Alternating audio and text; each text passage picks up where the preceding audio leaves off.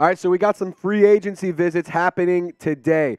First one, Kareem Hunt, the running back. I know, another running back signing. That could happen. That would be pretty crazy. We've talked about Kareem Hunt actually quite a bit on this channel over last offseason, a little bit in this offseason, so we'll talk a little bit about him as well.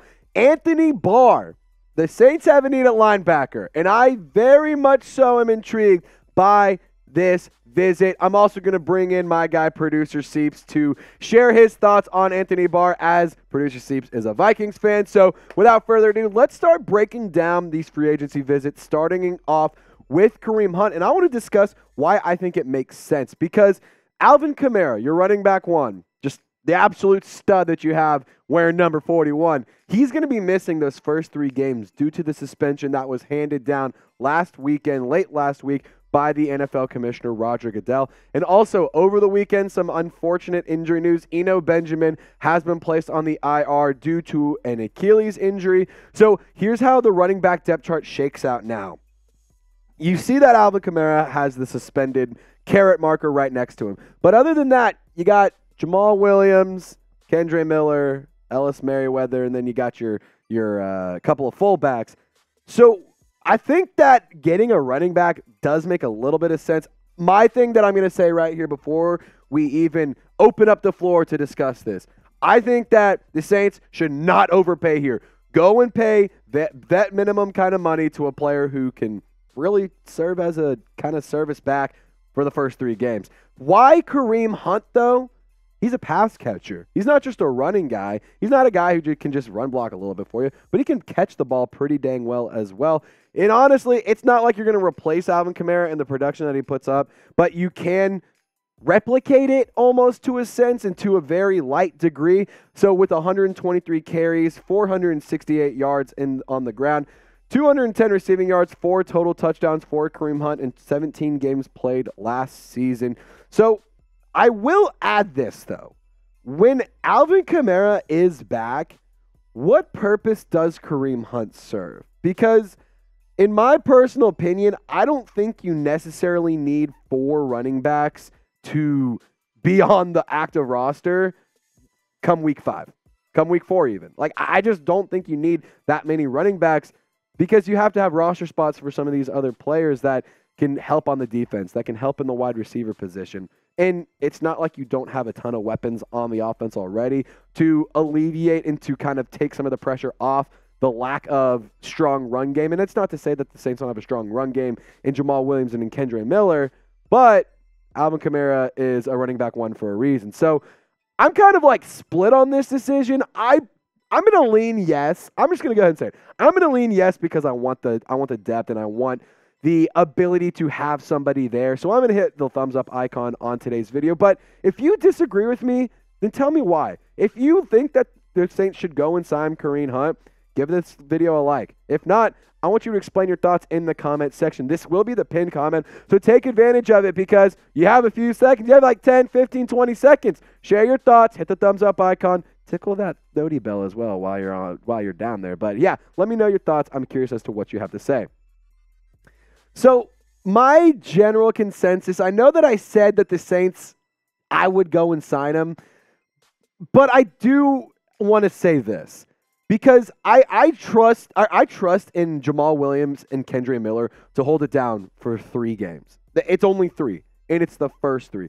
There's tons of other weapons on the offensive side of the ball. However, I do understand needing depth, and let's keep it real. With these 3 games, you don't have Alvin Kamara. Let's say you drop 2, at worst 3 of them. Like, I think that this is a very doable go 3-0, start off the season hot. But what if you lose 2? What if you lose 3 of them? Like, that would be pretty bad. If that's the case and the Saints didn't sign Kareem Hunt, I'd be like, what the hell were you doing? Why don't you go and sign him? Because I understand the depth is important. You still have to have a little bit of, not a little bit, you still have to have that run game. You have to have that ability to threaten the opposing defense on the ground just as much so through the air. So that way you can open up the playbook a little bit more and open up the offense and really let them get after it. So I'm kind of split on this decision. I still think that it makes sense for the Saints to go and sign a guy like Kareem Hunt, but I do have my, well, what ifs, my What are you talking about? Like there are some reasons as to why I think it does make a case to go and get a guy like Kareem Hunt. There's also, a case for why not to go sign a guy like Kareem Hunt. It's only 3 games. I think you can hold it down here. You got plenty of offensive weapons. So I don't know. We'll see though. But lock us in and subscribe today for more Saints news, rumors, videos, all sorts of awesome coverage.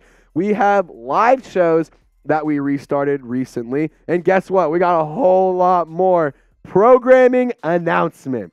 We will be live for Saints vs. Chiefs preseason week 1. So be sure to subscribe and turn on your notifications so that way you can join us. That game starts at noon. We'll go live about 11:30ish, so make sure you turn on your notifications. I'm going to keep it real with y'all. I'm going to be coming back from a Zach Bryan concert that morning, so I'm going to be hurting. But guess what? Football's back. And I'm not going to be hurting as much as that Chiefs defense because the Saints, they're going to freaking bring it. Reports today, Dennis Allen said that we're going to see a little bit of Derek Carr. We're going to see a little bit of that first-team offense in preseason week 1. So if you want to subscribe or if you want to join me in watching that all go down, I think it's going to be a lot of fun. Subscribe, turn on your notifications. Football is back. All right, so let's discuss adding some linebacker depth because I think that this has been a position of need for quite some time now. And we have even more reason to need it because Andrew Dowell, one of your linebackers on the depth chart, he tore his ACL over the weekend. He was placed on IR, which is extremely unfortunate news for Dowell. He's a player that the numbers right here, they don't jump off at you, but he does a lot to contribute on the special teams. And then a little bit more kind of to worry about.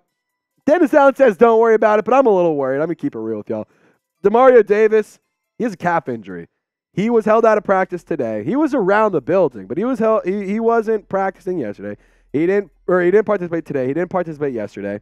So I'm kind of concerned. Demario Davis is one of those guys. He's a great football player. He's a little bit older, but he hasn't played a couple days. I don't think it's much to worry about, but with these calf injuries, they can kind of linger later on throughout the season. Nick Underhill adding some context here. And here's what I say. I don't necessarily know if I can trust what Dennis Allen's saying, but if Nick Underhill says to trust it, I'm gonna do what Nick says and trust, have a little bit of faith. Dennis Allen said that Demario Davis's injury isn't anything long-term, but he's still working through it. That came in less than an hour ago, so we just wanted to give you guys that update. I'm like worried because it's Demario Davis and he's a damn good football player, but I'm not necessarily worried that he's going to miss a ton of time, especially at the beginning of the season. So Dennis Allen, he did say this. He's got a calf. We'll monitor him and see how it's going. I'm not going to get into any timelines, but again, it's not going to be anything that's really significant. If we got a timeline and it was a light timeline, I'd be a little bit less worried. The only reason I'm worried is because DA did not give a time frame of when to expect Demario Davis back. So how worried are you about Demario Davis's injury? Scale it for me 1 to 100. We're going to have some more thoughts and some more analysis and why Anthony Barr will fit. And we're also going to bring in producer Seeps here just around the corner. But I want to show you guys the new hats that have been dropped on Fanatics. They are the sideline hats. You're going to see Derek Carr. You're going to see Michael Thomas, Marshawn Lattimore, all these cats rocking these lids on the sideline throughout the entire NFL season. So if you want to get geared up and wear the same stuff that the team does, go to chatsports.com/Saints hats. That link will be available for you in the comment section and in the description of today's video. This one with Sir Saint is straight fire. I mean, damn, I'm going to have to go order mine right now. So join me, link below. All right. What I want to get back to, New Orleans needs linebacker depth very badly. And I think that they've needed linebacker depth very badly. The early reports from camp were, the Saints don't necessarily need to go get not the reports, but there was some talk about maybe the Saints don't need to go and sign a linebacker, go and trade for a linebacker because you have a guy like DeMarco Jackson who might be making some noise. Andrew Dowell, obviously, unfortunately, he just got put on the injured reserve. So you lose some depth there. You have Nick Anderson out of Tulane, Ty Summers, Anthony Orji. You have Orji out of your UDFA class. But, I still think that there's a need here. I still think you need a guy like Anthony Barr because he can do a little bit of everything. He's a very versatile type of player, and he brings a lot to a team. Last season with the Dallas Cowboys, 58 tackles, 2 tackles for a loss, 1 sack, 1 pass breakup. He also had 4 quarterback hits, so he can kind of get to the backfield and make some noise and create some havoc. And why Anthony Barr? Let's call it how it is. He's a freaky athlete. He has a lot of versatility, and he's not as quick as he used to be, but he's still a quality veteran. And I'm going to go ahead and bring in my guy, Producer Seeps, to talk a little bit about Anthony Barr, because he, as a Vikings fan, has gotten to see Anthony Barr play quite a bit. So, Seeps, if you just want to share some thoughts, kind of give some of your takes on the linebacker, just let me know, man. Yeah, first off, Trace, thanks for having me on. Shout out to all the Saints fans out there. I think you summed it up pretty well. Anthony Barr, he's extremely versatile. Like, he can a little bit of a Swiss Army knife at the linebacker spot, drop him in the coverage, solid against the run. I always thought in Minnesota, I wish they used him as an edge a little more. Very similar to Kyle Van Noy comparison I could give to him, but still a good athlete, but definitely lost a step. Definitely not the same guy he was when he was rocking the purple and gold. But in terms of fit with the Saints, Trace,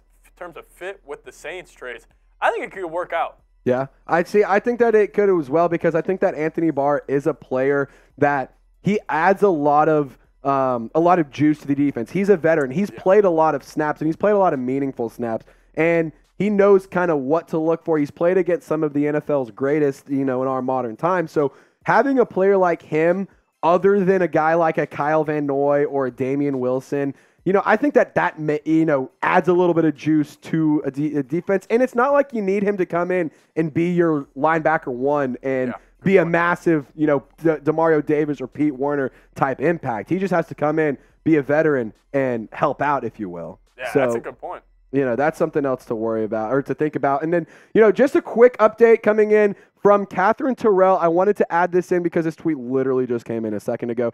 Dennis Allen said he still feels optimistic about Demario Davis and the calf injury. He said most of these soft tissue injuries that the team is dealing with right now are soft tissue injuries, and he doesn't see them as long-term issues. So that's worth noting. Just kind of a quick injury update as well coming in from Catherine Terrell right now. So another reason to subscribe. We break down breaking news literally as it happens. So other linebackers available, you have Melvin Ingram, Kyle Van Noy, Damian Wilson, and Rashaan Evans.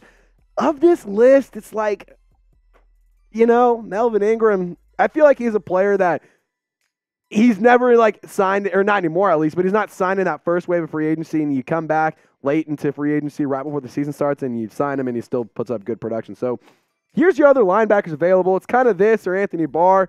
So you see what I'm saying? Anthony Barr is kind of one of the best options you got, and that's not to say he's a bad football player, but he's still available for a reason. So be the GM for me. Put yourself in the shoes of Mickey Loomis. Should the Saints sign Anthony Barr? Type Y for yes, type N for no. Let me know in the comment section, and as always, Saints fans, thank you for tuning in. Be sure to subscribe, turn on your notifications. That way you don't miss our live show on Sunday for Saints vs. Chiefs. Saints vs. Chiefs. Goodness gracious, it is a Monday. It is time to get out of here, folks. Y'all stay golden. We'll catch you next time.